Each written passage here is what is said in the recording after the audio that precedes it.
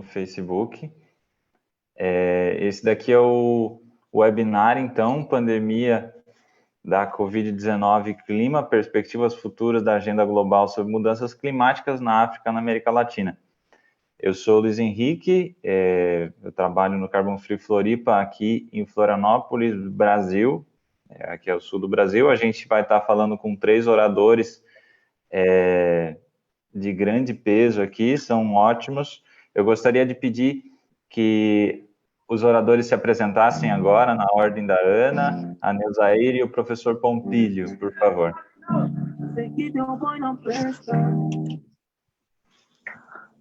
Boa tarde, eu sou a Ana Gonçalves, eu sou bióloga, eu trabalho aqui em Cabo Verde numa organização não governamental, que é a Associação para a Defesa do Ambiente e Desenvolvimento, e tenho trabalhado os mais diversos projetos. Eu também tenho uma experiência em investigação científica na área da botânica, mas neste momento eu trabalho mais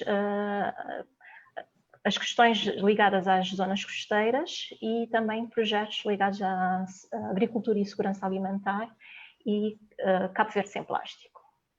Okay, obrigada. Perfeito, obrigado, Ana. Gostaria também de pedir a apresentação da professora Neuzair, por favor.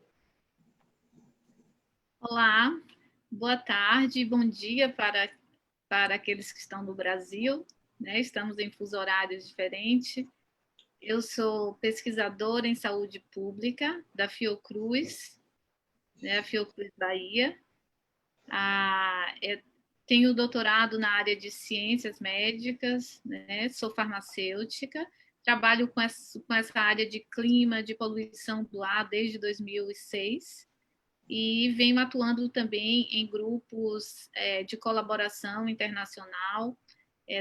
Tenho também participação voluntária em fóruns da sociedade civil, o Fórum de Energia e Clima, que eu sou cofundadora, e também líder voluntária do Climate Reality do AUO.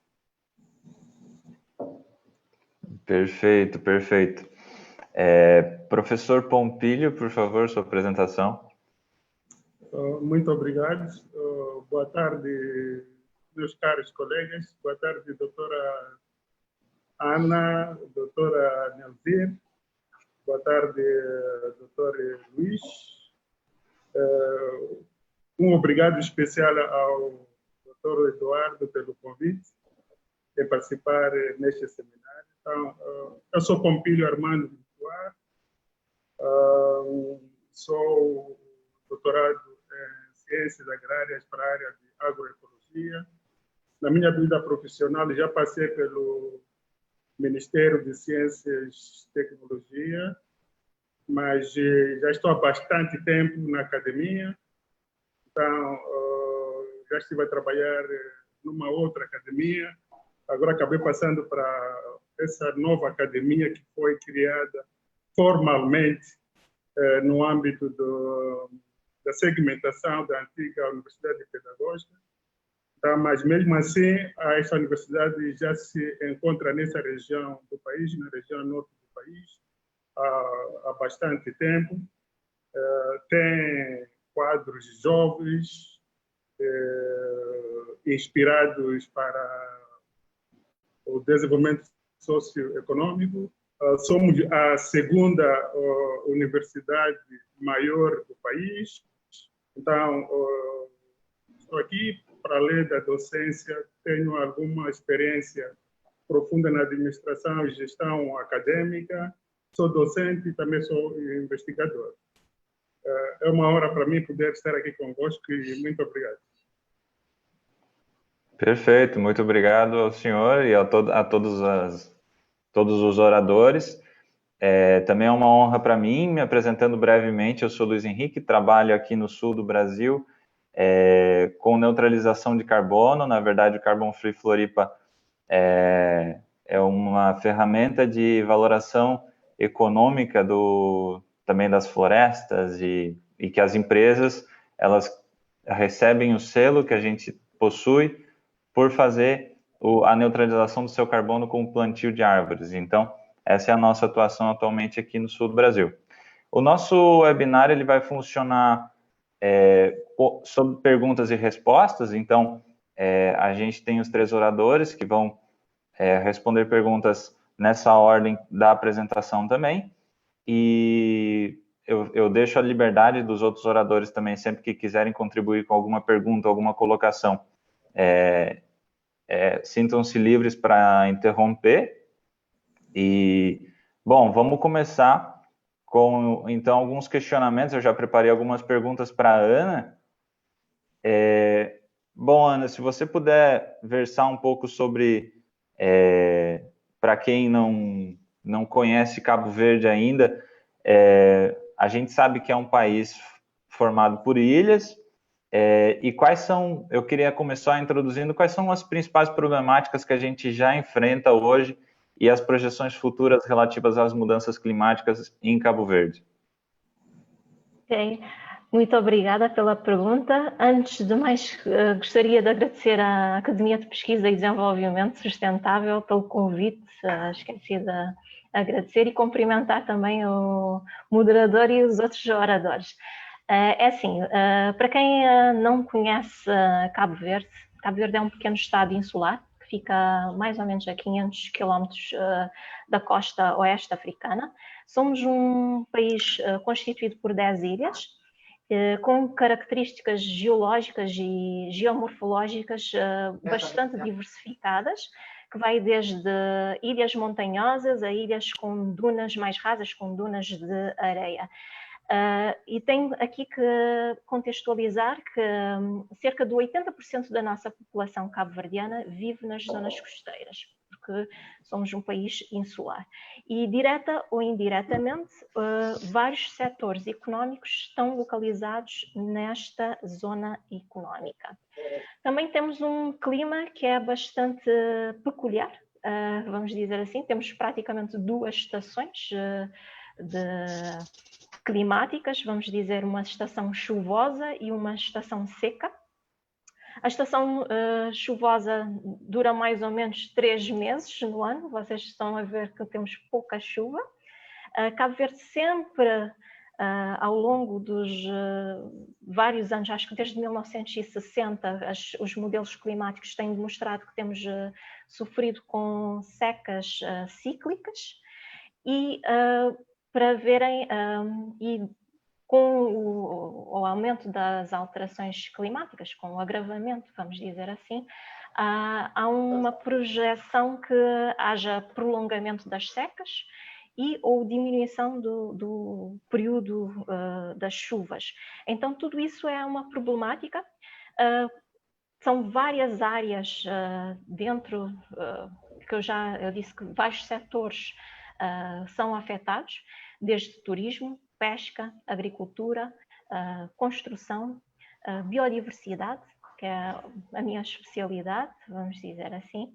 Então, são vários fatores que podemos estar aqui a explorar e ver como é que as alterações climáticas estão a afetar esses setores. E, principalmente, pessoal das comunidades rurais, porque eu trabalho numa ONG, então trabalho muito com comunidades.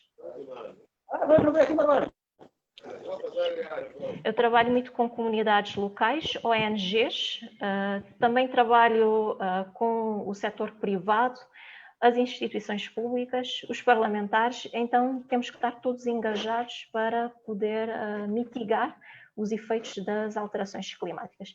Se me derem um tempinho, não sei se já esgotei o meu tempo, mas para exemplificar aqui como as alterações climáticas têm afetado diretamente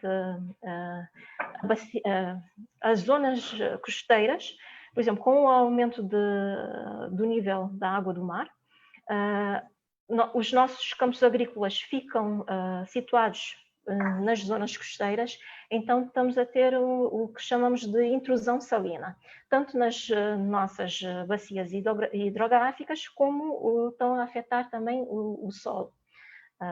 O solo fica mais salino, então já não temos, os solos ficam impraticáveis para a agricultura. Então é toda uma questão de segurança alimentar, depois isso leva a uma questão social também.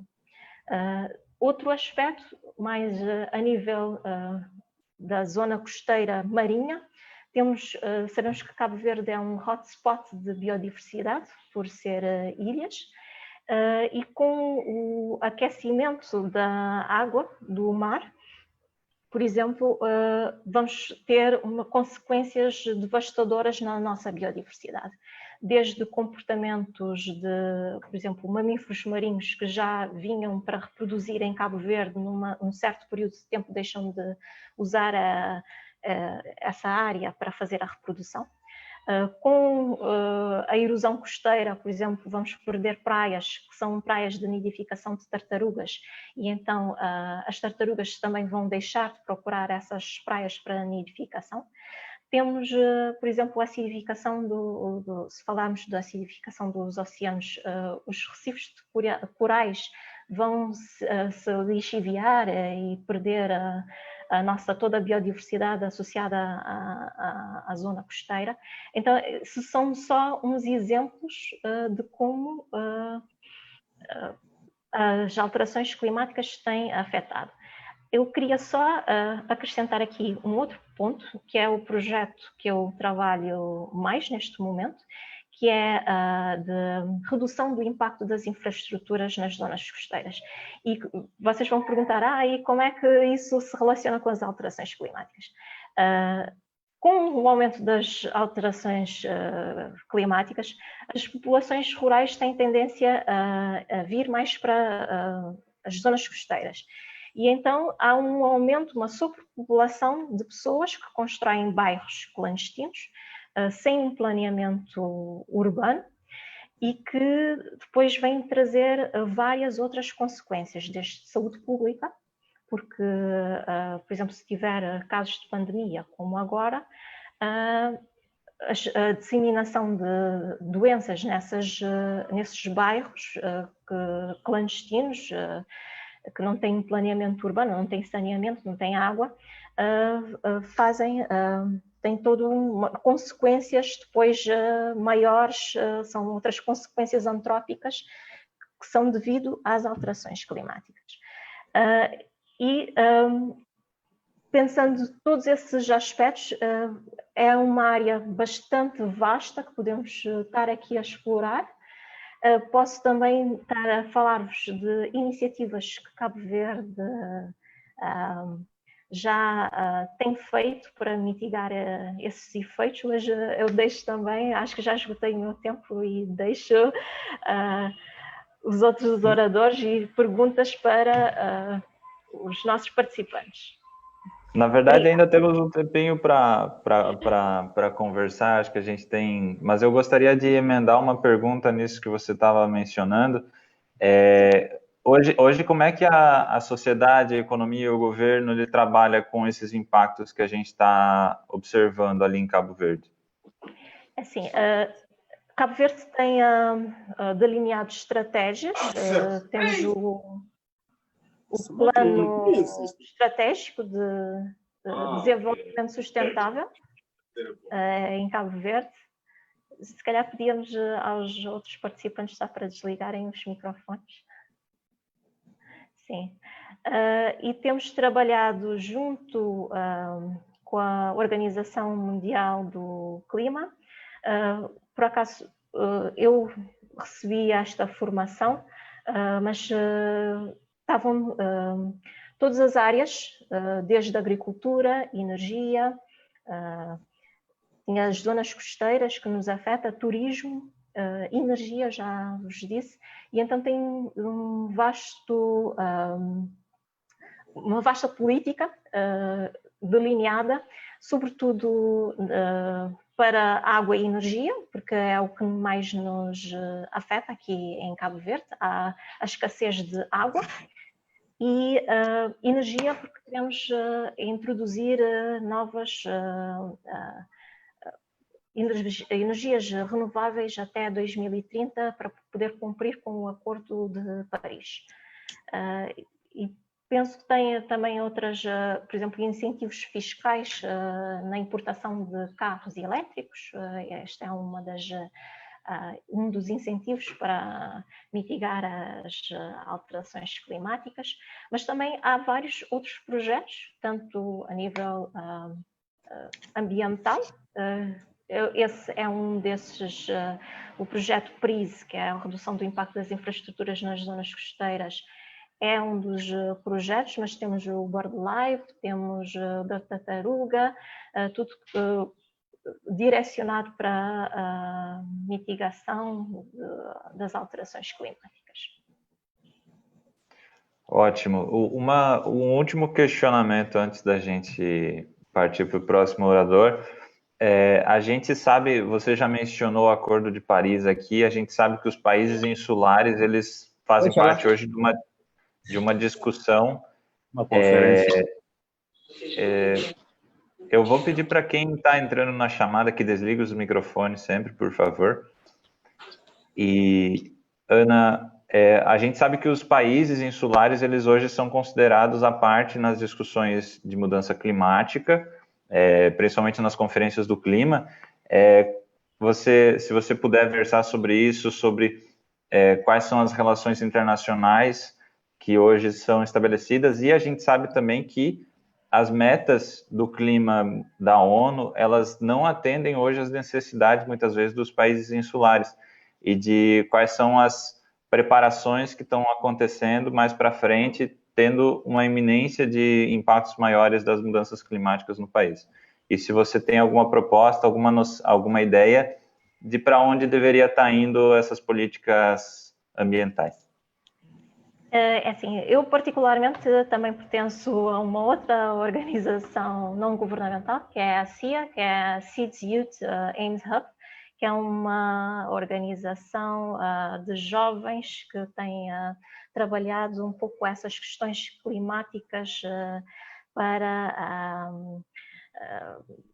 os países insulares. É uma associação que tem de todos esses países insulares, desde Guiné-Bissau, tem São Tomé e Príncipe, Comoros, Seychelles, e então tive a oportunidade de estar na COP25, agora que foi em Madrid, em dezembro último, e o nosso objetivo foi exatamente esse, de levar, porque somos pequeninos, parece que nós não somos tidos em conta quando se fazem os acordos de Paris, de clima, não é? E então fizemos várias side events, como chamamos, para chamar a atenção para esses países, para os países insulares, porque somos pequeninos, temos também que ter a nossa voz, porque somos os mais afetados. Com a subida, por exemplo, do nível da água do mar, nós somos os primeiros a ser afetados. E, como já vos disse, 80% da nossa população vive nessas zonas costeiras. E então é preciso ter políticas sérias e não só instrumentos, regulamentos, capacitação dos nossos técnicos,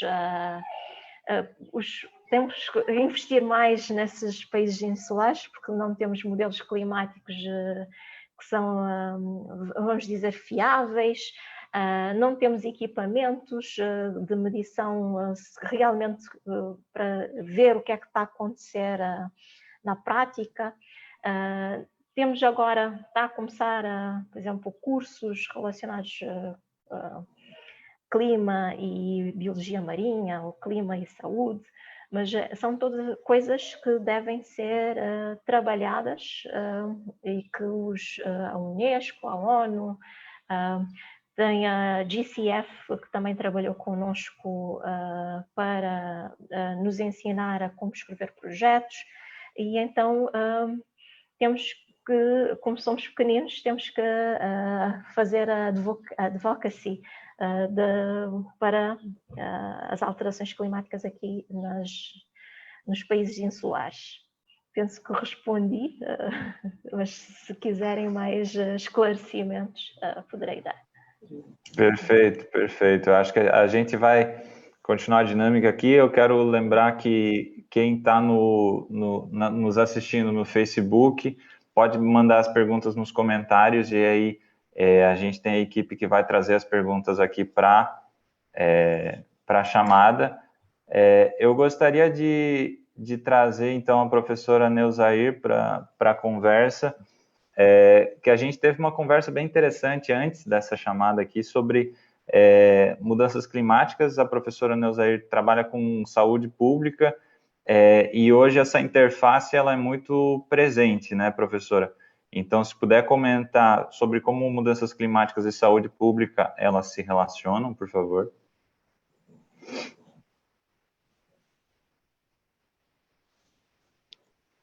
Eu vejo.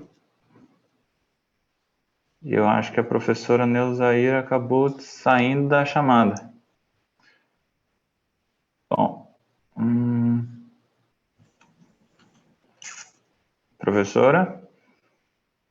Bom, podemos então conversar com o professor Pompílio também. Professor, como é que anda em Moçambique as questões de mudanças climáticas, também em relação à agricultura e à segurança alimentar? Quais são os desafios que a gente vem notando, professor Pompílio? Muito obrigado mais uma vez. Como eu disse, para mim é uma honra poder estar aqui convosco para poder partilhar sobre este tema, que é um tema bastante vasto. Por isso que, para eu não poder me perder, eu prefiro me concentrar naquilo que é mais ou menos o domínio. Então, eu trago para vocês partilhar aqui sobre aquilo que são os desafios e perspectivas da agricultura e segurança alimentar no âmbito de Covid-19 e clima. Então, como é de todos sabidos, a África em geral, Moçambique em particular, não são os potenciais ameaças das mudanças climáticas, contudo, são territórios mais vulneráveis a essas mesmas mudanças. Aliás, o exemplo disso é o reconhecimento da sociedade internacional, que no âmbito da realização da COP21, a Organização das Nações Unidas, através do então secretário-geral, prestaram grande atenção aos Estados, essencialmente para o continente africano. E, na minha ótica, isso não foi em vão. Foi, no meu ponto de vista, reconhecendo de que a economia africana é basicamente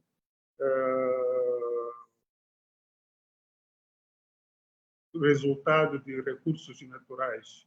E, como sabemos, os recursos naturais eles são sensíveis ao clima, incluindo a agricultura, que, para o nosso caso, em Moçambique, a nossa Constituição da República define, então, a agricultura como sendo a base da economia do país.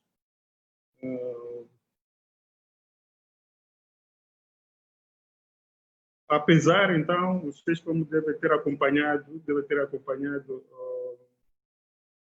sobre os grandes desastres climáticos que Moçambique sofreu há bem pouco tempo, nomeadamente o ciclone Idai, no centro de Moçambique, depois logo seguido com o ciclone Kennedy, no norte do país. Então, apesar dos estudos, ainda não definirem claramente se esses desastres naturais são resultados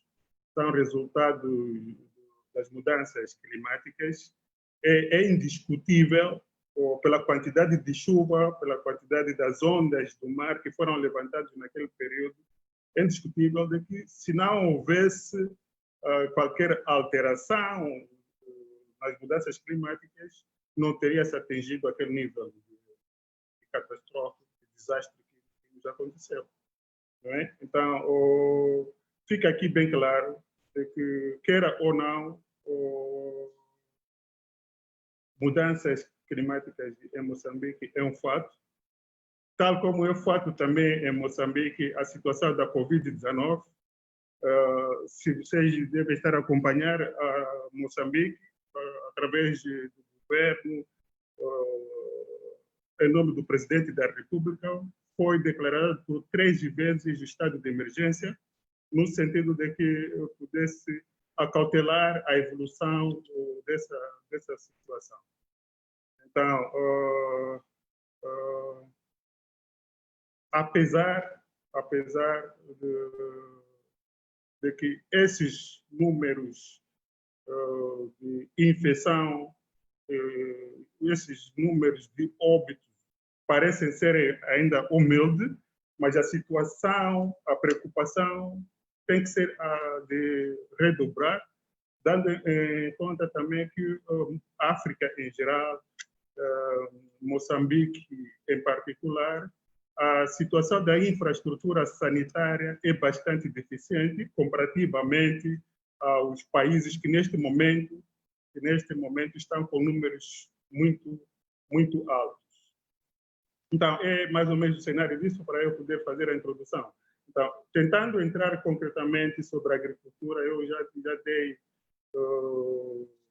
algum toque ali de entrada, mas é preciso sublinhar de que 75% da população moçambicana ela vive basicamente da agricultura de subsistência como a fonte da sua renda, ou apenas isso correspondente aproximadamente a 94%, contra apenas 6% da agricultura para os homens de negócio.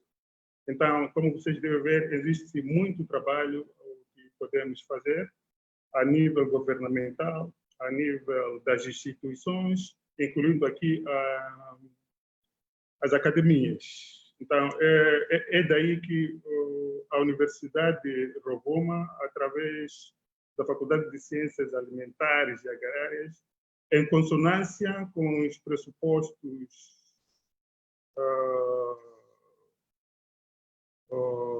orientados do governo, para além das múltiplas funções que tem como uma unidade acadêmica, pretende, então, promover o uso da ciência e tecnologia no setor agroalimentar do país, através da investigação, inovação e adoção e disseminação de tecnologias apropriadas. No que concerne a segurança alimentar, eu estou aqui a tentar gerir o meu tempo, estou a tentar ser o mais rápido possível. Então, no que concerne a segurança alimentar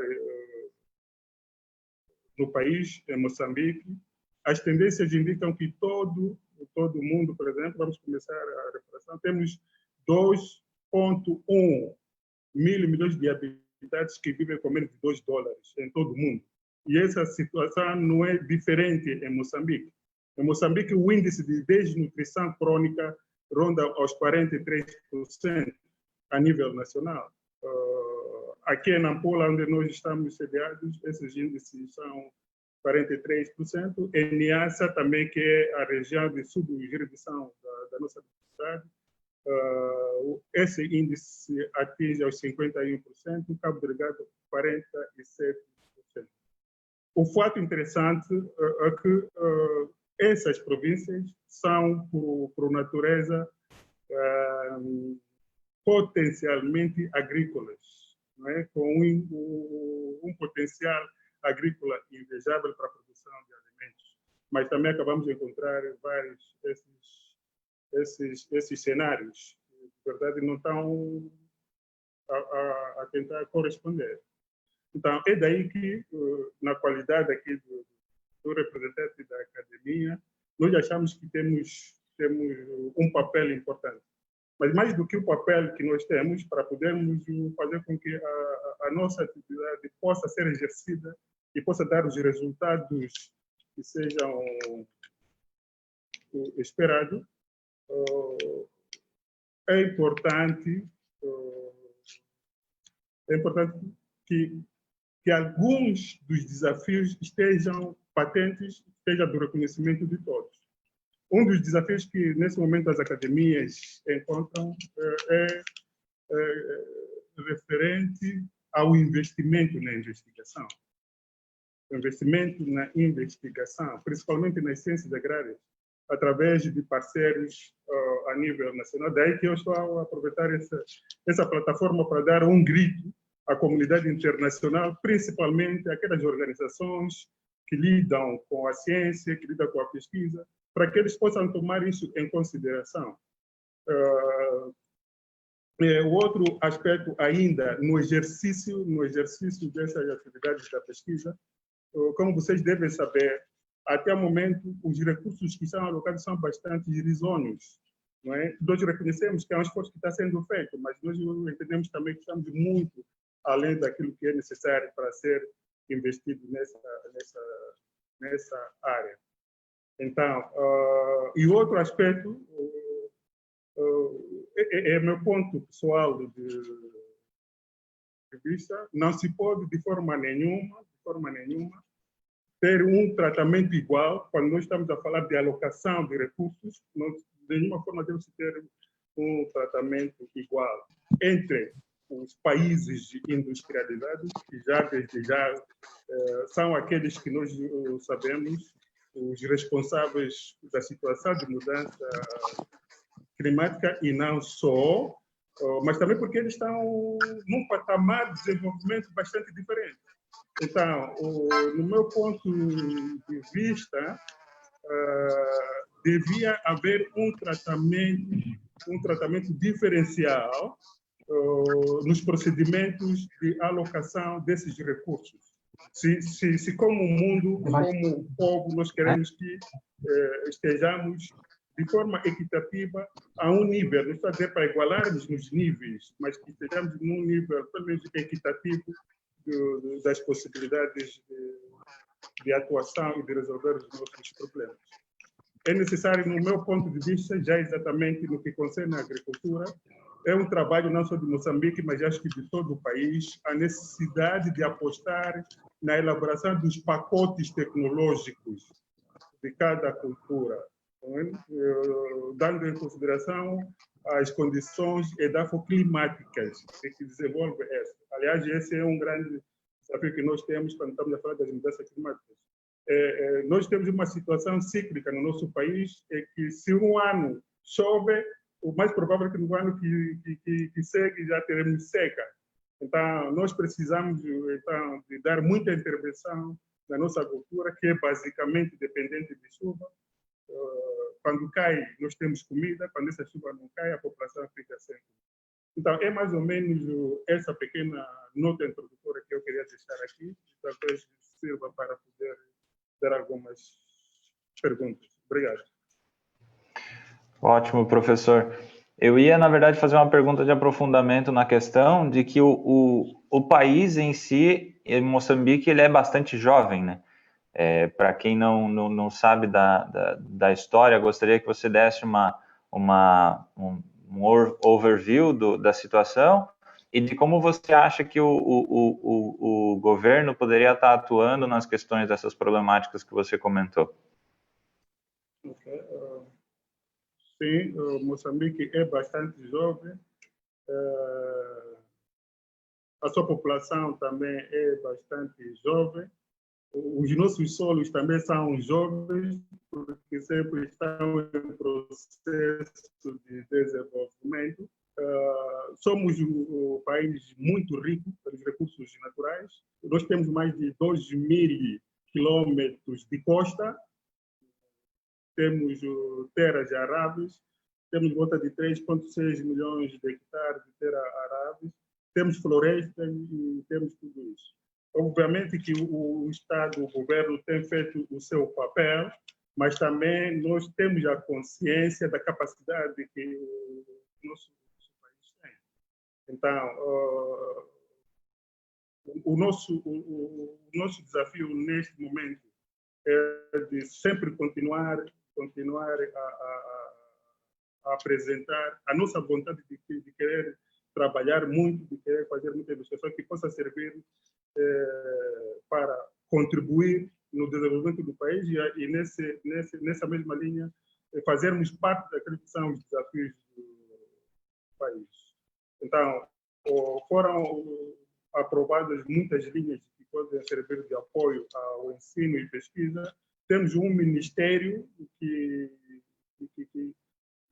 tutela o ensino superior, então que conhece e que vai dando resposta àquilo que são as dúvidas. Mas mais do que isso, temos também parceiros que apoiam.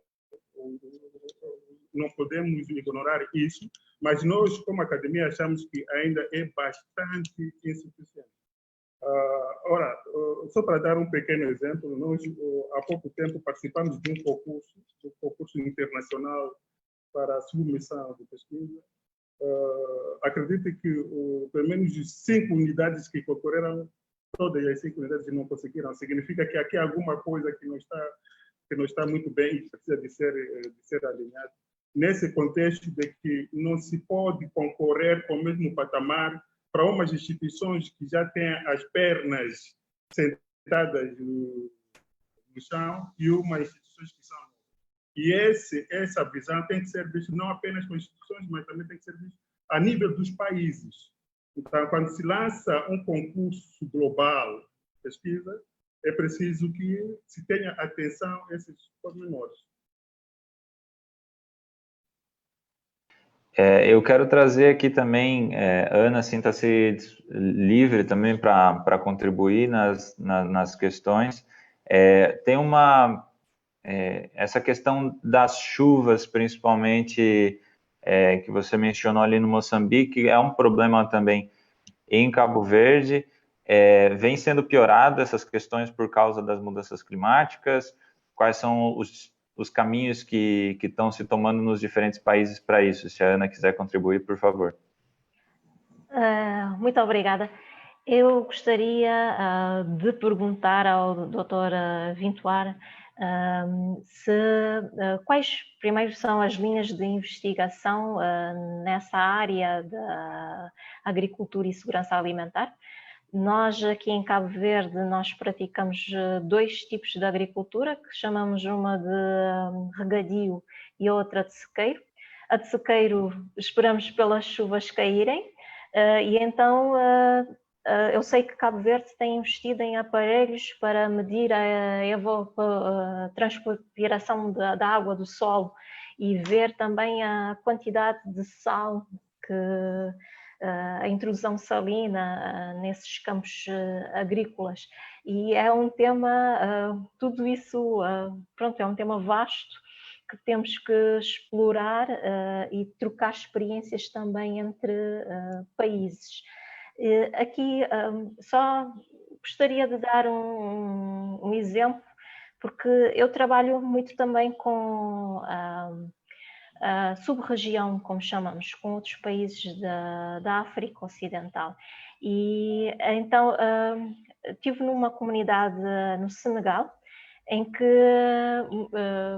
por causa disso, da erosão do solo, eles nos contaram, nessa comunidade, que o baobá, que é uma árvore enorme que existe aqui em África, que é bastante importante, que é usado tanto escolas, reuniões são feitas debaixo dessa árvore, que eles ficaram chocados com as chuvas que tiveram.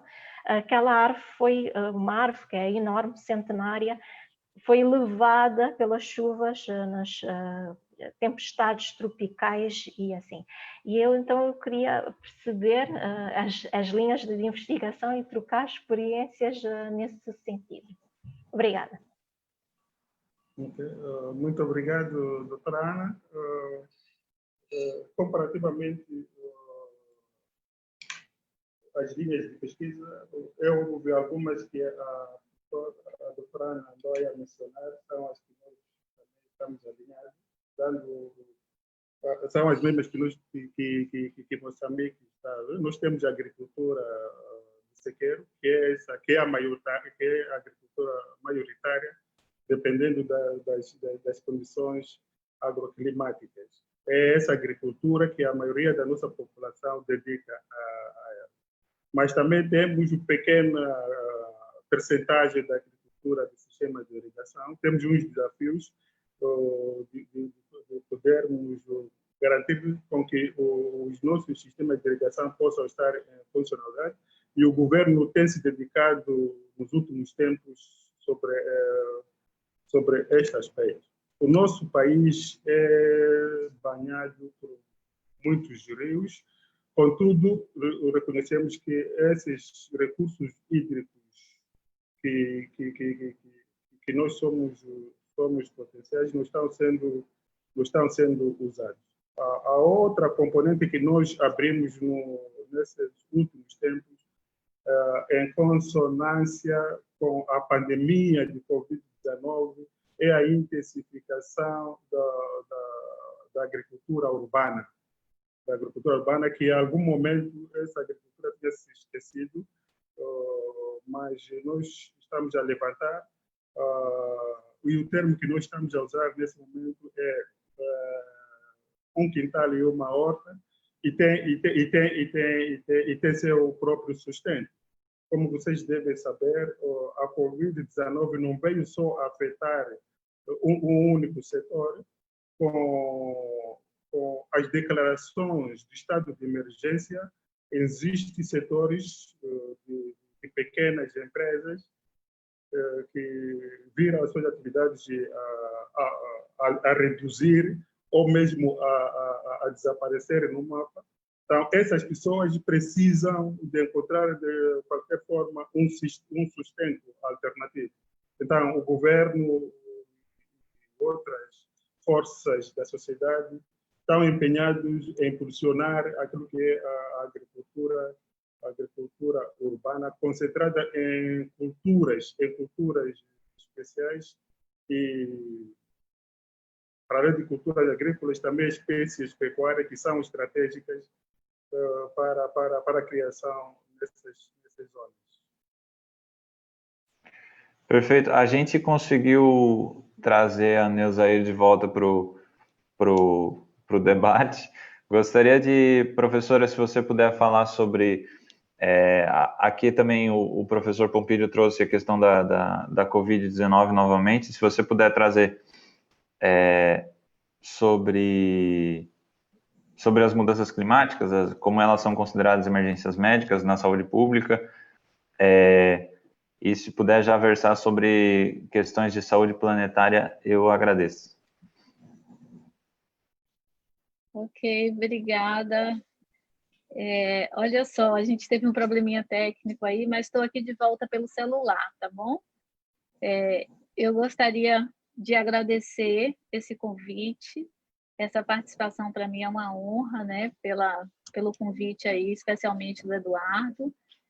Gostaria de cumprimentar também todos os colegas aí da mesa e parabenizar pelas suas falas, né? Já demonstrando aí, né, um grande conhecimento e preocupação, né, acerca desse tema.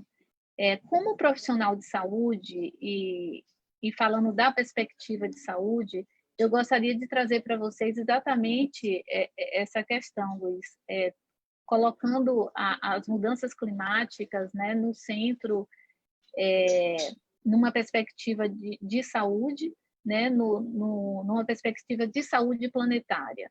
Então, ano passado, em 2019, foi publicado um artigo muito emblemático numa revista que é uma das mais impactadas na área médica, que é o New England Journal of Medicine, que é um periódico que traz basicamente as questões clínicas da medicina, né? E ele traz uma abordagem muito interessante, trazendo para a comunidade médica essa preocupação sobre o adoecimento e as mudanças climáticas. Então, ele fala na saúde humana em um planeta doente. E ele começa, inclusive, o artigo falando o que nós podemos fazer se o paciente que precisa de cuidado de emergência é o planeta Terra. Qual suporte de vida os médicos poderiam oferecer a um planeta doente? Então, já chamando para uma mudança de paradigma, trazendo que essa questão é um imperativo de ação para as mudanças climáticas, né? Onde coloca que a saúde humana depende do planeta. Então, em 2015, teve um comitê do Lancet Countdown, né, ele trouxe a questão da mudança climática como uma emergência médica. E aí ele traz, pontuando, quais são os riscos para a saúde. O que a mudança, né, de que forma a mudança climática afeta a saúde. Então, a gente sabe que essa grande emissão de carbono, né, são toneladas de carbono colocados dia a dia, né, no nosso planeta. Isso acaba ocorrendo esse fenômeno do aquecimento. E o aquecimento, ele vai gerar uma série de fatores, né, que influenciam de forma direta e indireta na saúde. Então, se a gente começar pelo aquecimento, a gente sabe que o aquecimento ele gera ondas de calor. Ondas de calor tem um forte impacto na saúde cardiovascular. A gente tem dados, né, mostrando diversas ondas de calor pelo mundo que vêm afetando a saúde das pessoas, principalmente idosos, né, e pessoas mais vulneráveis. Além disso, as mudanças climáticas, ela também interfere a poluição do ar, né, que é um dos fatores que interfere na mudança climática. Ela também tem uma relação direta com a saúde das pessoas, impactando na saúde respiratória, na saúde cardiovascular. Além disso, as mudanças climáticas, a gente sabe que ela aumenta o nível dos mares, né? Ela traz o que já foi colocado desde o início pela nossa colega, impactando as zonas costeiras, ela mexe com o ciclo hidrológico e vai impactar em inundações, fortes secas, provocando eventos extremos que vai impactar diretamente na saúde. Então, além disso, as mudanças climáticas, ela interfere no ciclo da alimentação, né, na produção alimentar, que a gente sabe, inclusive, que o aumento de temperatura interfere no teor nutricional dos alimentos. Já tem estudos mostrando que complexo de vitamina B, por exemplo, eles estão sendo reduzidos nos alimentos, né? O teor de proteínas também estão sendo reduzidos nos alimentos em função do aquecimento. A questão da desertificação, né, que a gente sabe que também impacta nessa produção de alimentos, que vai trazer essa desnutrição, que é um problema grave de saúde. Então, além disso, a gente ainda tem uma questão muito importante, que é as mudanças climáticas, ela tem propiciado a migração de vetores de doenças, né? E essas doenças infecciosas, inclusive, elas também estão relacionadas com o desmatamento, né? O desmatamento, a manipulação de animais silvestres. Então, isso faz com que os vírus, né, eles saiam dos seus hábitats natural e vá ter contato com o ser humano. Então, a gente sabe que cerca de 70% das doenças infecciosas emergentes, elas surgem dessa interação entre o homem e animais silvestres.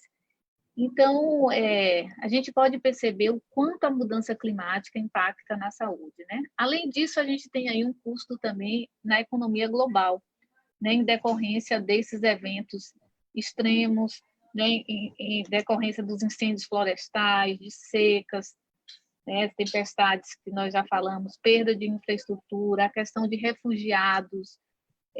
Então, assim, é uma série de fatores que vão impactar diretamente, né, na saúde das pessoas. Então, aí você me perguntou sobre a saúde planetária. Então, diante dessa complexidade, né, de fatores que estão impactando diretamente na saúde, como que a saúde pode perceber esse adoecimento, né? Então, desde 2015, surge aí uma nova disciplina, né, que a gente tem chamado como uma nova disciplina, que foi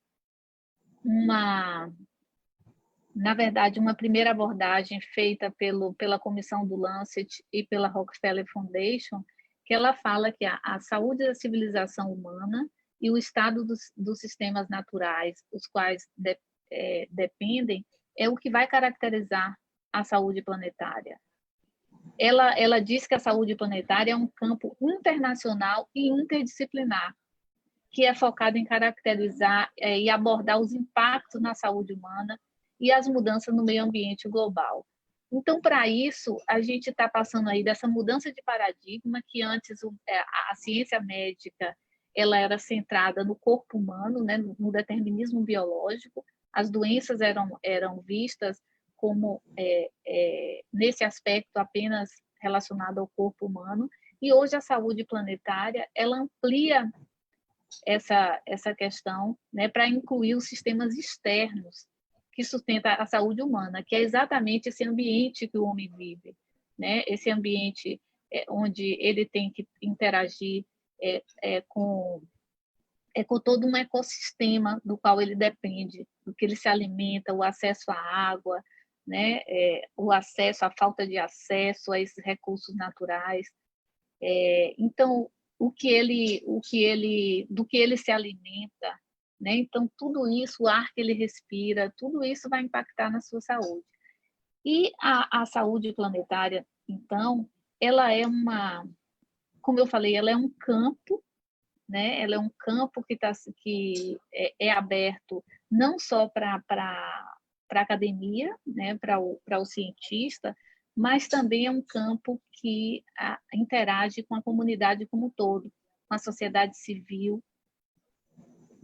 Ela traz, inclusive, a saúde planetária, ela observa muito conhecimento ancestral, né? O conhecimento de comunidades tradicionais, e tem todo um respeito, né? Um diálogo entre as disciplinas médicas, né? A disciplina de saúde e as disciplinas da ecologia, da agricultura, né?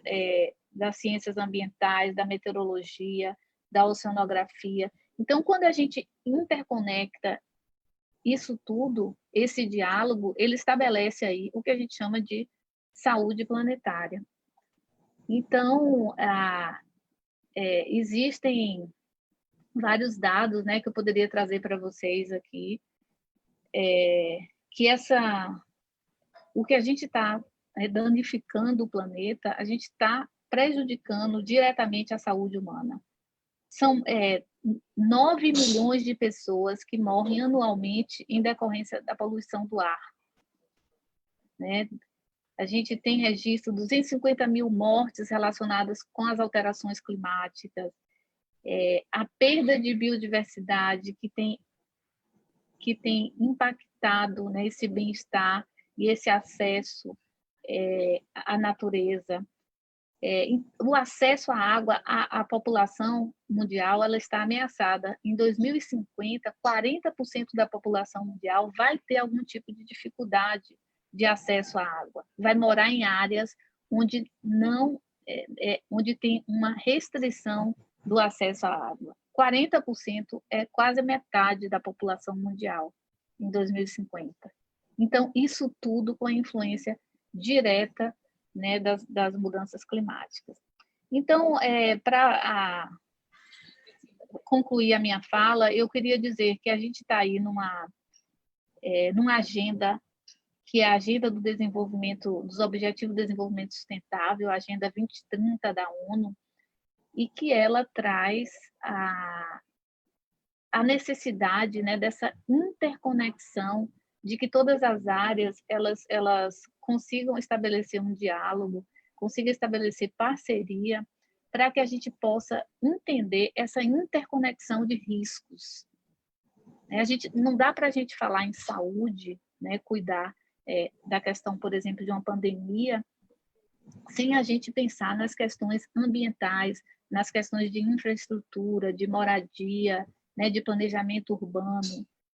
Então, tudo isso, a Agenda 2030, ela traz já de uma forma bastante elucidativa, né, e bem descrita de que forma que os setores eles podem se comunicarem, né, para adotar ações que de fato podem ser efetivas para reduzir esse impacto na saúde. Então, quando a gente fala aqui a gente está aqui hoje discutindo um pouco dessa recuperação saudável. Então, como é que a gente pensa isso, né, nesse pós-pandemia? Existem já várias iniciativas, né, de governos, iniciativas de classes que estão auxiliando principalmente chamando a atenção do governo para essa recuperação saudável.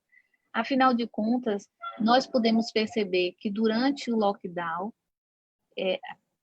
muito se reduziu da poluição no planeta. Então, isso significa que é possível desde que se tome decisões, desde que tenha uma adesão da sociedade como um todo, que não basta só uma decisão política, né? A decisão política ela inicia tudo, ela é super importante, mas a gente precisa ainda de um engajamento público e um engajamento cidadão para essas questões.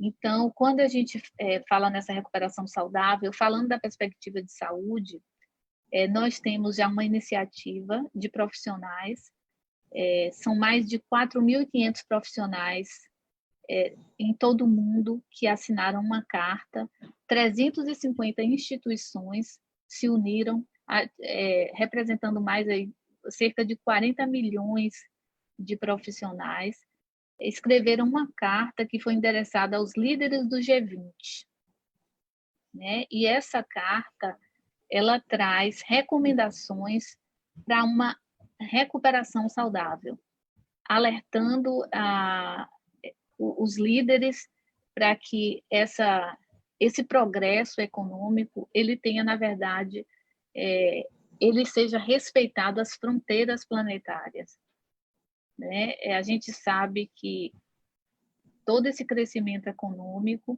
ele acabou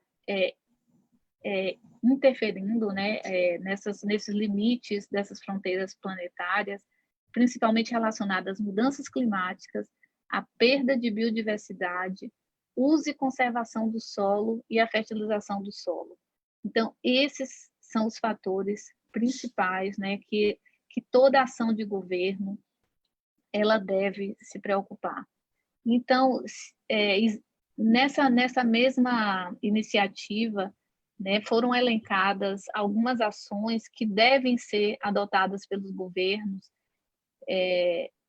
de forma a mitigar essas questões de mudanças climáticas e a redução da poluição. E uma delas está ligada ao transporte ativo, onde deve incorporar ações a longo prazo para promover viagens ativas, né, promover, inclusive as cidades hoje já estão trabalhando com esse incremento de utilização de bike também para um distanciamento social nesse momento, né? Se você usa um transporte ativo, você favorece esse distanciamento social. E ela está estimulando também diferentes modos de trabalho, daqueles com potencial para trabalhar remotamente, porque isso faz com que reduza a poluição. A gente já viu que isso é possível, né? Evitar deslocamentos desnecessários, que os governos possam usar indicadores de saúde para acelerar essa transição para uma economia de baixo carbono. Então, esses indicadores de saúde, eles são importantes, porque quando você diz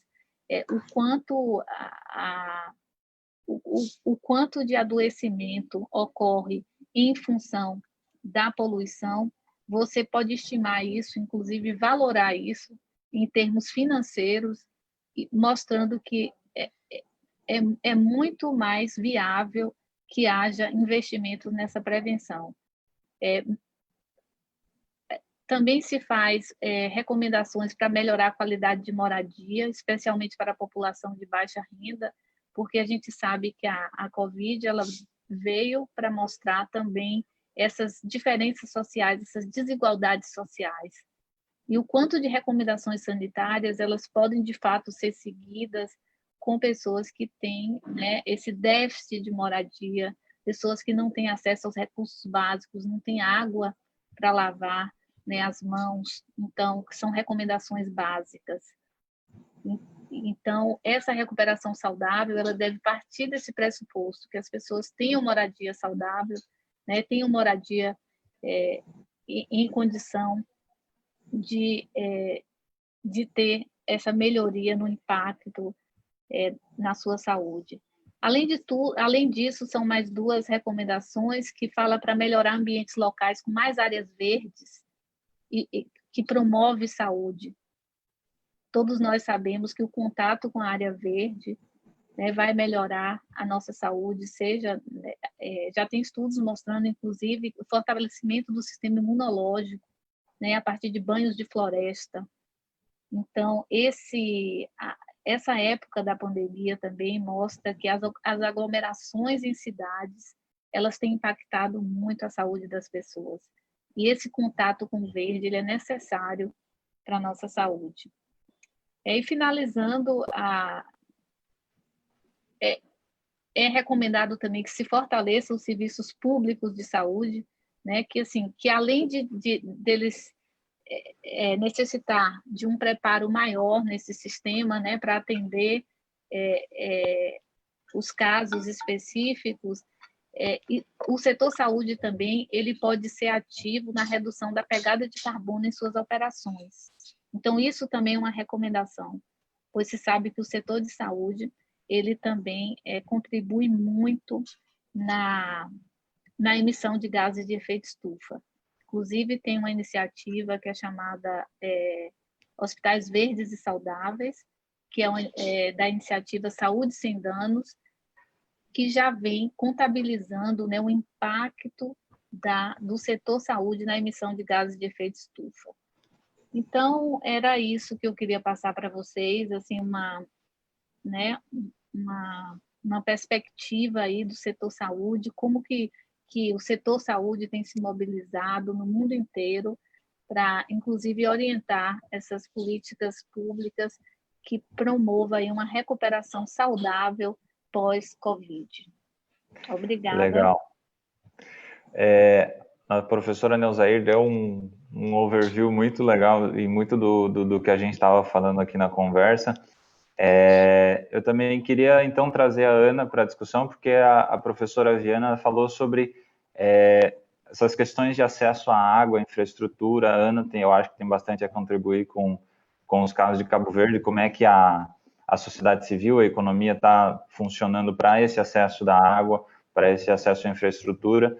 E eu também queria já emendar uma outra pergunta para todos os oradores, que a Covid-19 agora ela apareceu como uma crise mundial, e quando a gente fala de mudanças climáticas, às vezes parece que esse tipo de discussão ele ficou secundário nesse momento. Qual que é o tipo de pedra que está sendo colocada pela Covid-19 nesse tipo de debate para a gente prosseguir para esse futuro saudável do planeta? Aí, se a Ana puder falar sobre a infraestrutura, a água, e aí já emendar nessa pergunta da Covid-19. Ok, obrigada, Luís Henrique. Assim, em termos de água e planeamento urbano, eu começava, se calhar, por falar a professora Viana, a doutora Viana, ela deu uma visão sobre as ondas de calor nas cidades e foi o que eu tinha dito anteriormente, que como a agricultura não está a praticar nas zonas, mais interiores, não é? as pessoas estão a fazer o êxodo rural, não é? E vão para as zonas costeiras. E aqui em Cabo Verde estão a crescer mais bairros problemáticos, clandestinos, vamos dizer assim, não vou chamar de problemáticos, eles também têm seus problemas, mas tudo isso ainda com o aumento da temperatura gera ondas de calor nessas cidades, porque esses bairros são feitos clandestinamente, não têm em conta árvores, que têm que ter uma área verde, não têm em conta a água, o saneamento básico, e então isso tudo acaba, são efeitos que vão causar outros problemas de saúde pública, como a doutora Viana disse. E eu lembrei-me aqui, falando um pouco de Covid-19, que foi um meme que partilharam bastante na internet durante pelo menos aqui em África, durante a quarentena, é que na fotografia dizia: se eu não tenho água, como eu vou lavar as mãos se eu não tenho água para beber? E então é uma questão tão sutil, é uma coisa básica, mas que como não há infraestruturas de saúde básica, que estão sendo afetadas também por causa das alterações climáticas, porque as nossas bacias hidrográficas estão a escassear de água, não temos chuva, e então tudo isso vai culminar com a saúde pública e as iniciativas que se têm feito a nível da saúde e mudanças climáticas. Desculpe, eu tenho só de perguntar qual é a segunda pergunta, que eu já não me recordo. Eu acho que tu, inclusive, já chegou a responder questões de a Covid-19. Cada um dos países ele está lidando de maneira diferente e está sofrendo impactos diferentes. Inclusive, falar para o professor Pompilho que aqui, pelo menos no Brasil, chegam notícias de que Moçambique está relativamente bem com a questão da Covid-19. E como é que isso coloca uma pedra no nosso assunto de mudanças climáticas e como é que isso interfere nas agendas futuras? Obrigado mais uma vez. É importante reconhecer que o governo durante esse estado de emergência fez o papel que precisa ser reconhecido. Mas antes de eu ir responder lá, eu queria só subsidiar uma parte que a doutora Diana esteve a falar, dessa importância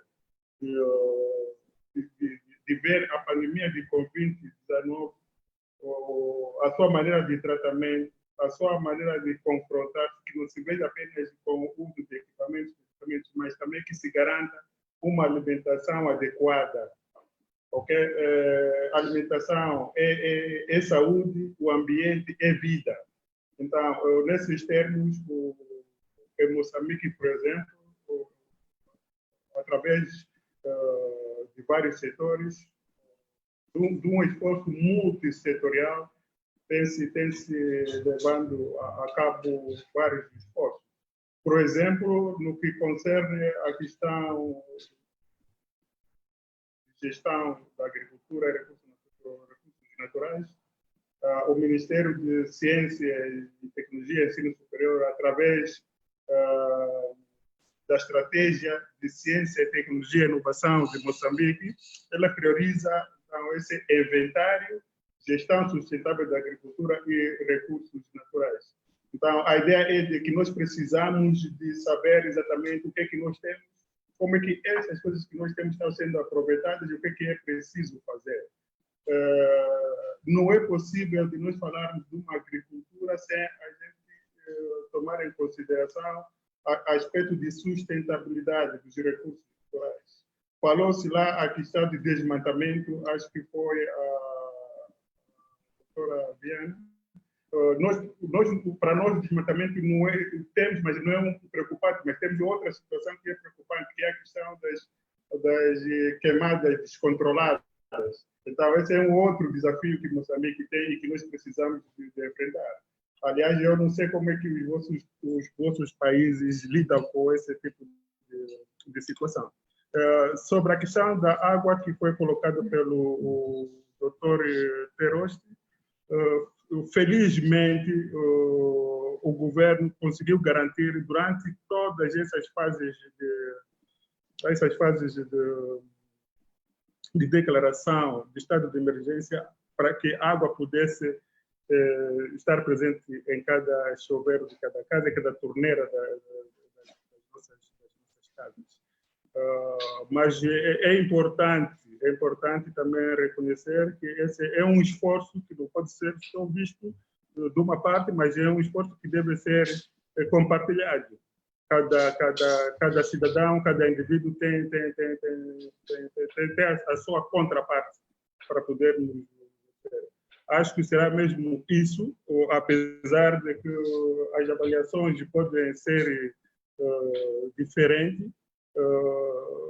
Eu, pessoalmente, reconheço se tem havido algum sucesso, é porque a parte do cidadão moçambicano há um reconhecimento da importância que tem a vida,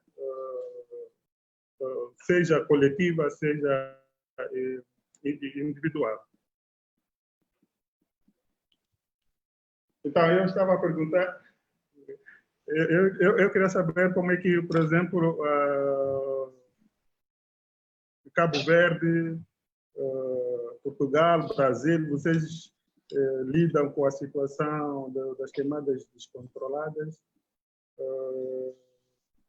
O outro aspecto é qual é o ponto de situação, por exemplo, da situação de desnutrição nos vossos países e como é que vocês interpretam esses índices, se são positivos ou negativos e qual é a experiência que vocês poderiam partilhar conosco. Obrigado.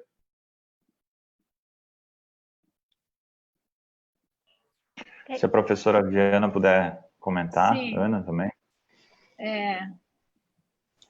Olha aí, nós no Brasil temos desafios continentais, né?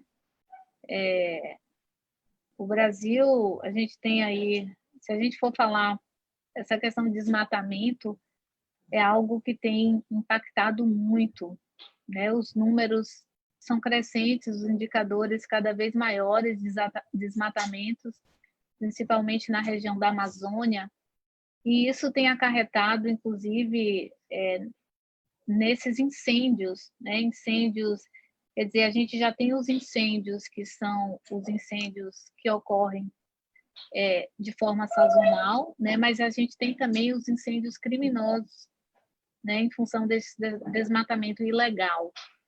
Então, isso tem tido uma grande preocupação, tanto com a perda da biodiversidade aqui no Brasil, né, como também a questão da fumaça proveniente dos incêndios. Então, o nível de material particulado que é emitido nesses incêndios, eles preocupam muito, porque se a gente for pensar em termos de partículas, né, PM10, que a gente tem aí partículas de diâmetro diferente que acarretam o maior prejuízo à saúde, né, que é o material particulado, essas partículas, tanto PM10 como PM2,5, né, que PM2,5 são as mais nocivas, mas se a gente for fazer uma mensuração em termos de PM10, a queima de biomassa, ela impacta muito mais na produção dessas partículas. E essas partículas, a gente tem estudos mostrando que elas saem da Amazônia e chegam em São Paulo. Inclusive, ano passado, a gente teve um evento, né, que mostrou que essa nuvem de fumaça, ela cobriu toda a região de São Paulo, né, e durante o dia,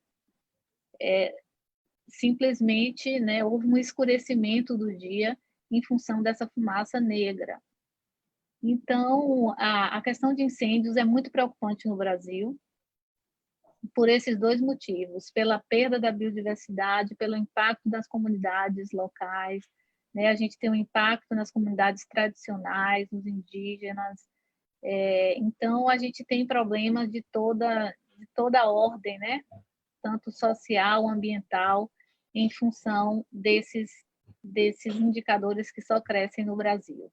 Então, a situação por aqui não é controlada, é muito preocupante e a gente depende ainda de muito engajamento, né, público e cidadão para resolver essa questão.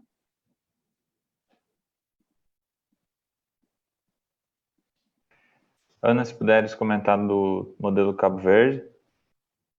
Sim, agradeço a pergunta do doutor Vintuar. Aqui em Cabo Verde nós não temos grandes áreas florestais, são ilhas, e não tem registro de queimadas nesse sentido. O problema é que há um desmatamento, que tem acontecido ao longo dos anos, mais de 40 anos, que as pessoas acabam por desmatar para fazer lenha para cozinhar e assim. Então é esse o nosso problema de desmatamento, ainda com a falta de chuva, as árvores não conseguem sobreviver por muito tempo. Em Portugal, eu vivi em Portugal, isso é um problema mais complexo. Podemos estar aqui horas a falar, mas eu sei que em Portugal os incêndios são devido a espécies de eucalipto, mais em florestas eucaliptais, que eles fazem a produção de papel. Mas isso tudo tem um impacto também na saúde, porque há um desmatamento, naquele dia do incêndio há uma elevação do nível de calor, não é? São as ondas de calor, depois já a temperatura também aumenta, e é todo um ciclo que podemos estar aqui a descortinar. Mas eu não gostaria de falar do exemplo de Portugal, mas sim Cabo Verde.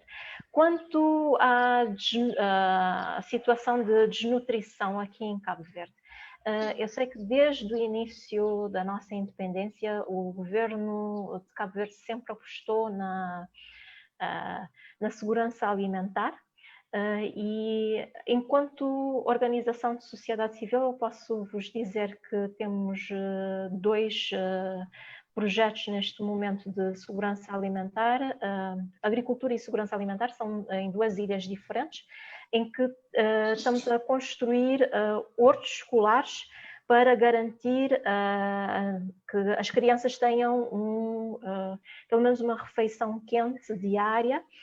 É um projeto financiado pela Lux Development e juntamente com o governo de Cabo Verde, mas somos nós a executar. Mas há outras iniciativas, por exemplo, o movimento Ecofeminismo de Cabo Verde tem uma horta, uma casa, acho que é uma horta, uma casa, tem outras pequenas iniciativas que têm surgido devido primeiro à pandemia, para garantir a situação económica das famílias, a segurança alimentar, mudanças climáticas, porque nós não temos soja, então tem que ter alternativas para usar a água de modo racional.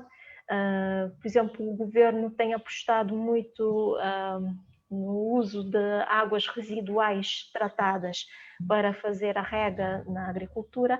Então são várias iniciativas que têm que ser trabalhadas entre a sociedade civil, como todo o governo, e estarmos todos envolvidos nessa questão. Okay? Acho que respondi. Obrigada. Ana, tem uma pergunta aqui também nos comentários, pedindo sobre que avaliação você faz sobre a evolução do processo de gestão das crises ambientais no Cabo Verde. Acha que a capacidade estatal tem aumentado para que possa gerir com segurança o enfrentamento da Covid e, ao mesmo tempo, dos desafios climáticos? Sim, o governo tem uma aposta forte eu já vos disse, no setor da água e energia, que é o setor que tem-nos mais afetado.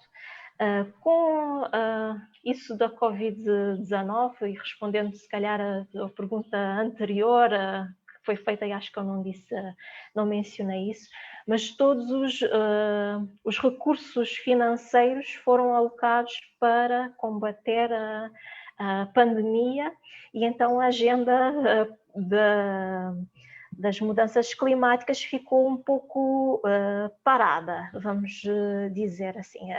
Eu sei que vão retomar esses dias. A FAO tem dado uma formação para técnicos sobre as mudanças climáticas, e as ações vão começar vamos retomar brevemente a agenda climática, vamos dizer assim. Eu posso-vos falar também um pouco das mudanças climáticas, o que é que falta aqui, e planeamento urbano, o que é que falta é fazer, por exemplo, planos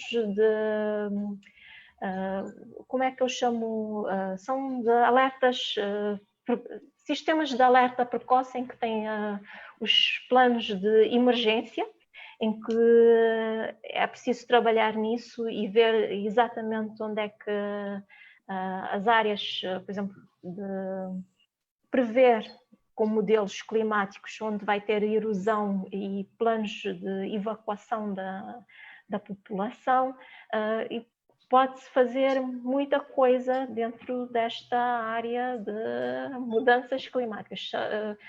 Temos que ter investimentos, portanto, políticas, um quadro jurídico sério que seja implementado, investimento financeiro, pessoas, quadros técnicos para implementar o projeto no terreno, e como organização de sociedade civil também tem muita coisa a ser explorada, que é desde sensibilização, engajar as mulheres, que são as mais afetadas nisso das mudanças climáticas. Por isso é uma questão muito vasta, eu espero ter respondido.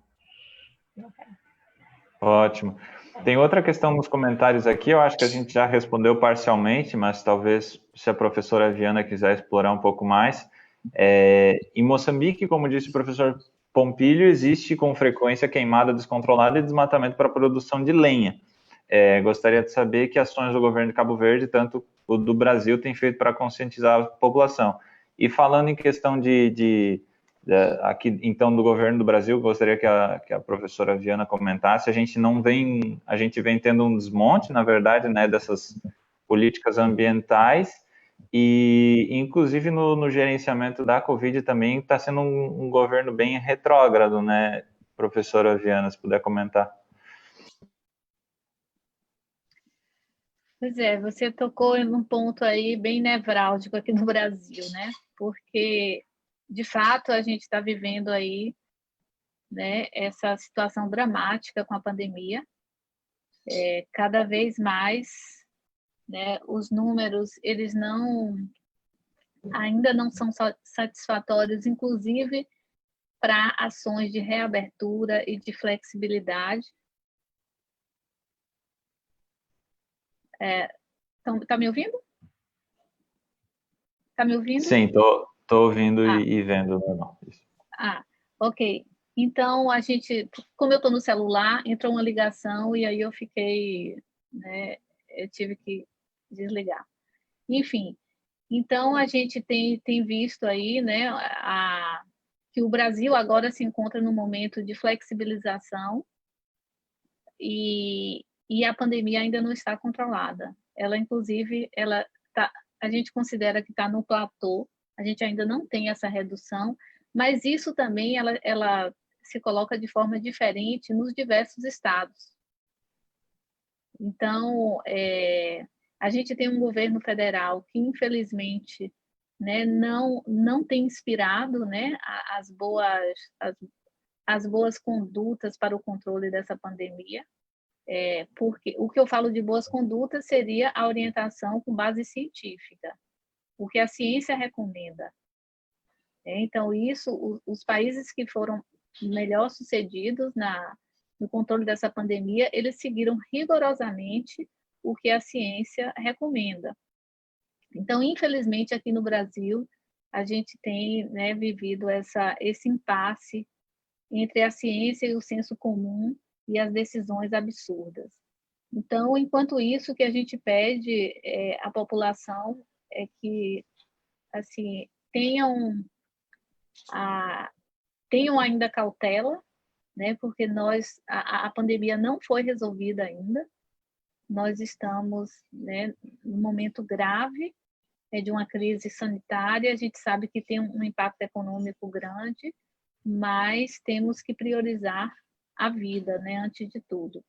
Então, a recomendação ainda é de cautela. Legal. E para a gente está chegando nos momentos finais, então se os oradores tiverem perguntas uns para os outros, eu agradeceria bastante. E gostaria de pedir ao professor Pompílio, que a gente acabou, na verdade, pulando ele na pergunta da questão das barreiras que a Covid-19 está inserindo na agenda climática do país. Eu pensei que já tivesse respondido a questão, mas pronto, eu estava aqui a explicar a questão da pandemia de Covid-19 não pode ser vista de forma linear.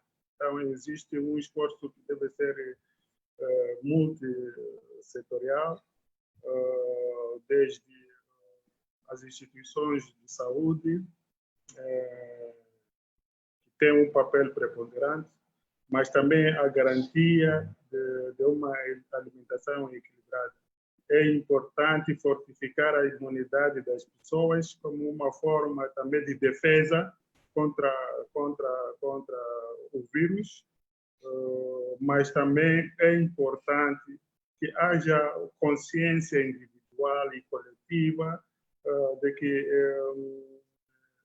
esta doença só pode ser vencida se cada um fazer sua parte. Então, não tem que ser o governo a dizer que tem que pôr máscara.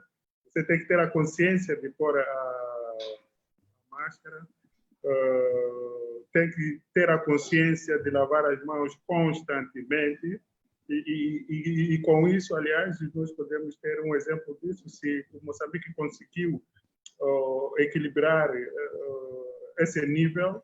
Então, é exatamente através dessa intervenção, dessa aplicação de cada um de nós.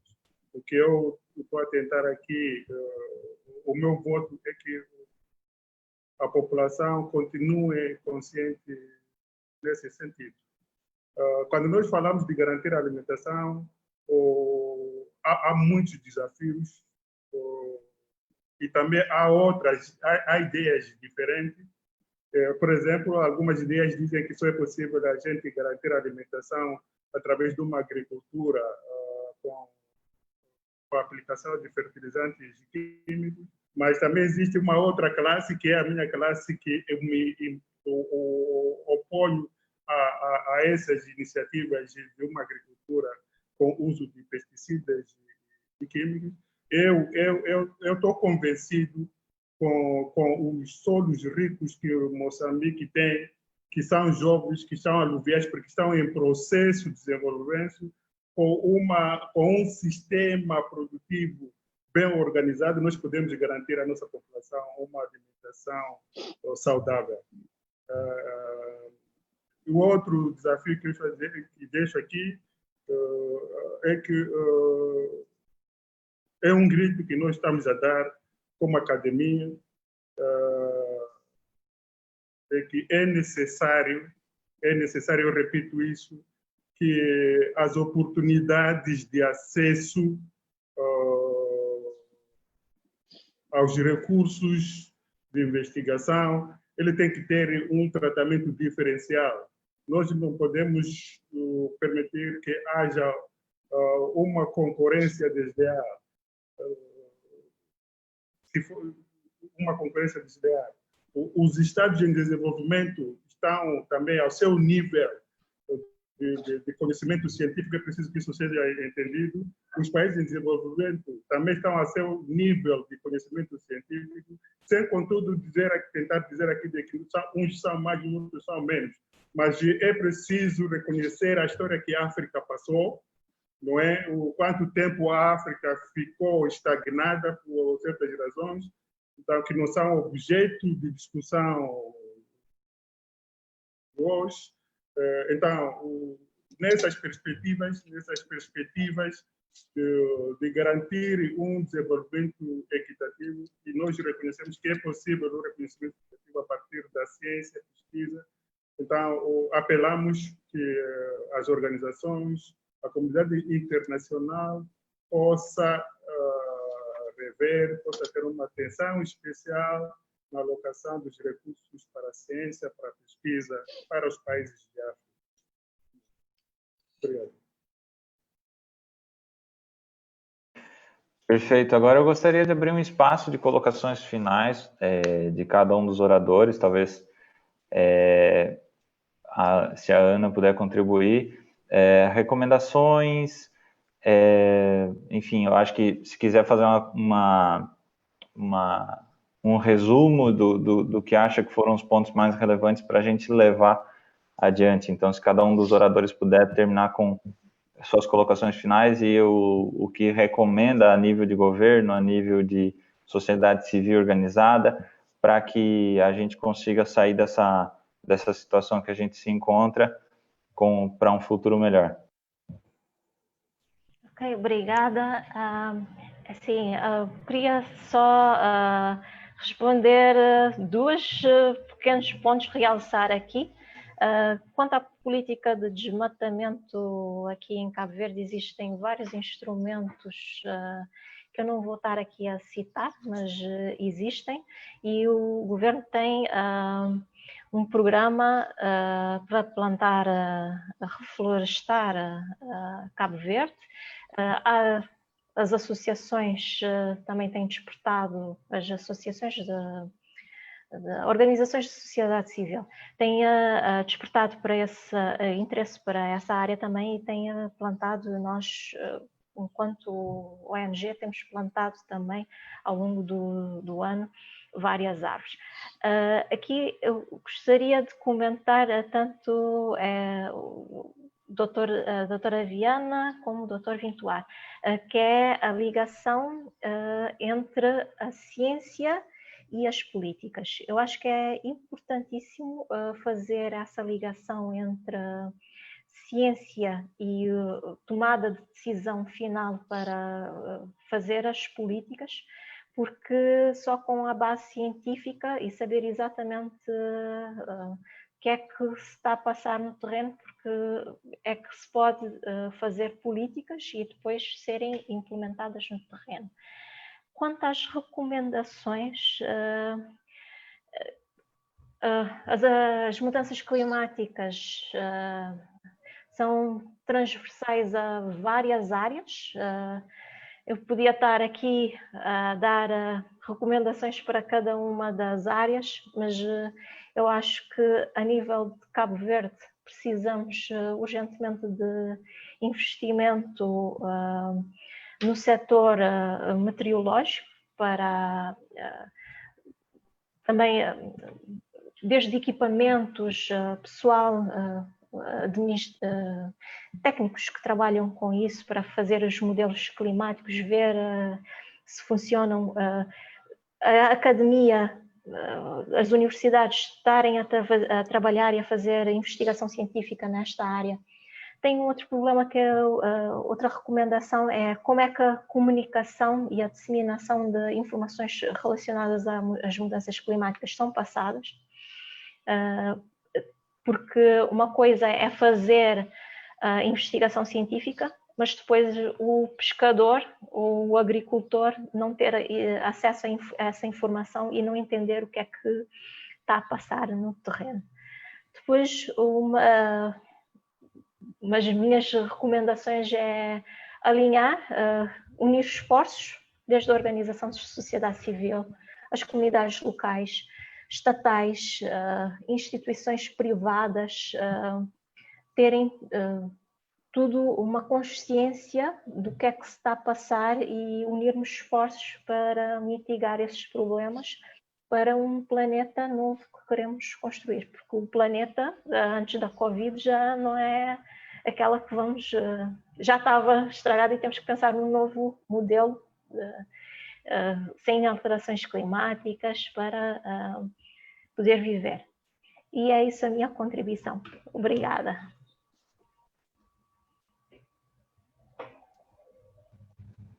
Obrigado, Ana. Se a professora Viana puder comentar. Bom, então estamos aqui chegando ao fim do nosso debate. Esse resumo, acho que nós aqui hoje fizemos essa reflexão sobre perspectivas futuras, né, para essa agenda global e o que a gente pode esperar nesse pós-pandemia. Então, o que nós sabemos que essa é uma doença incerta, ainda é uma doença grave, é uma doença que não se conhece, né, o curso dela, e para o setor saúde isso tem sido, né, um desafio muito grande, que é tentar identificar todas as questões ligadas à própria patologia, né, a descoberta de vacina, tratamento. Então, mas assim, o que a gente pode dizer e hoje alertar é que essa é uma doença que ainda não tem tratamento eficaz. Ela é uma doença grave que se manifesta além das vias respiratórias, né? Então, é uma doença sistêmica que vai depender da resposta de cada organismo e que o único tratamento que se tem hoje é distanciamento social e higiene, né? E medidas de higiene. Então, se a gente for falar em saúde, essa é a recomendação. Mas como nós estamos aqui, né, abordando uma questão ainda maior de saúde planetária, eu acho que a gente tem que pensar que esse pós-pandemia, ele exige esse movimento de recuperação saudável.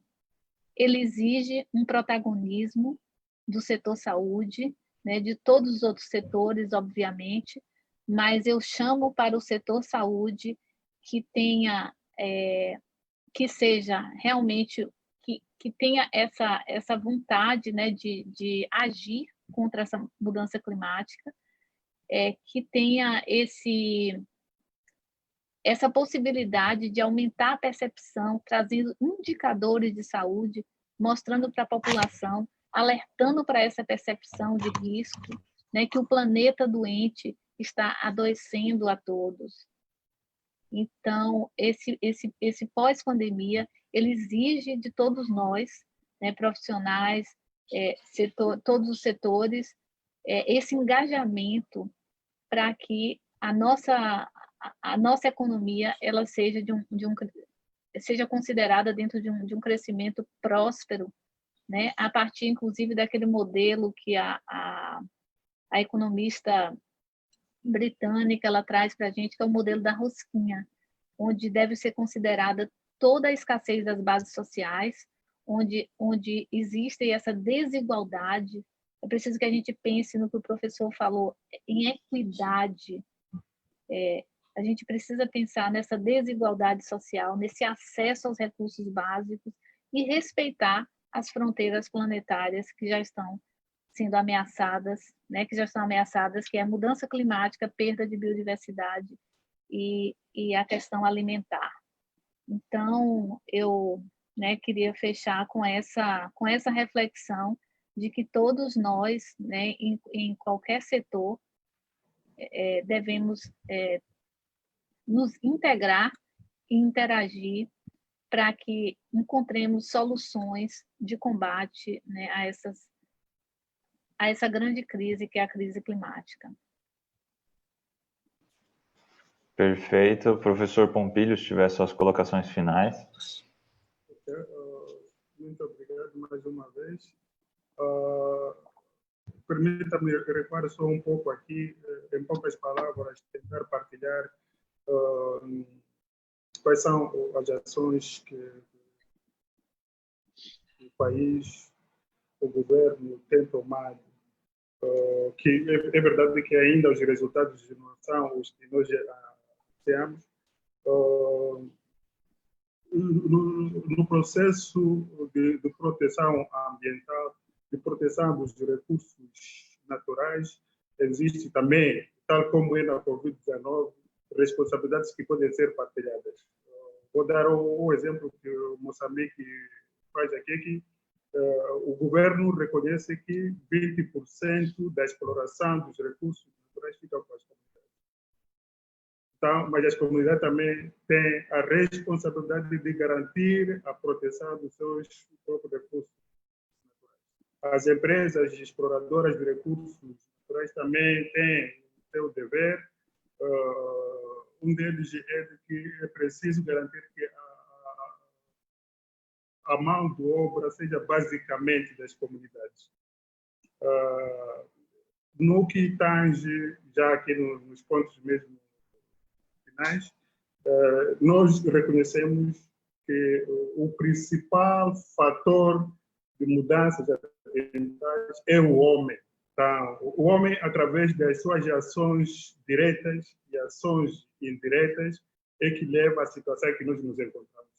Ações diretas é o exemplo da ocorrência de queimadas descontroladas que nós já andamos aqui a mencionar, e que é da responsabilidade do cidadão comum para garantir que isso não aconteça. Também existem aquelas ações que são ações indiretas, como é a questão da poluição ambiental pelos países industrializados. Os países industrializados são chamados também a ter a sua responsabilidade sobre essas coisas. Em linhas gerais do encerramento, eu quero acreditar de que a nossa intenção não era de esgotar todo esse tema em pouco tempo.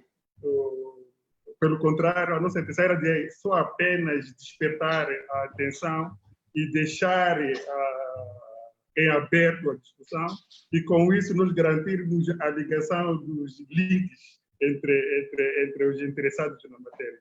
Então, desde já, deixo aqui a minha disponibilidade de continuarmos a nos alinhar, de continuar em conexões, de continuarmos a partilhar essas experiências para o bem de nós mesmos, como investigadores, como sociedade ativa, mas também para o bem da nossa sociedade. Muito obrigado à Academia de Pesquisa e Desenvolvimento pela oportunidade. O Chucuru é Moçambique, quer dizer obrigado. Perfeito, eu acho que o professor tirou palavras da minha boca aqui. A gente finaliza essa chamada com muita vontade de falar mais. Eu acho que a gente não conseguiu falar assim nem perto de tudo que a gente poderia falar sobre isso. E fico feliz que se estabeleceram essas conexões entre Brasil, Moçambique, Cabo Verde, que a gente se coloque à disposição de quem estava assistindo, de que nos contate. Eu acho que a gente está sempre disponível a novas conexões de valor. E eu agradeço a oportunidade, agradeço a PDS também. Bom, gostaria de agradecer a todos os oradores pela rica contribuição. Eu acho que foi muito legal a conversa que a gente teve. A gente conseguiu versar sobre vários pontos e deixar o sentimento de quero mais aí, porque foi realmente interessante o que a gente conversou hoje. Então, de novo, agradeço a PDS e eu acho que finalizamos a nossa conversa por aqui, mas nos continuamos disponíveis depois disso. Obrigada a todos. Obrigada a todos, à Academia, Ecofeminismo de Cabo Verde também. Obrigada.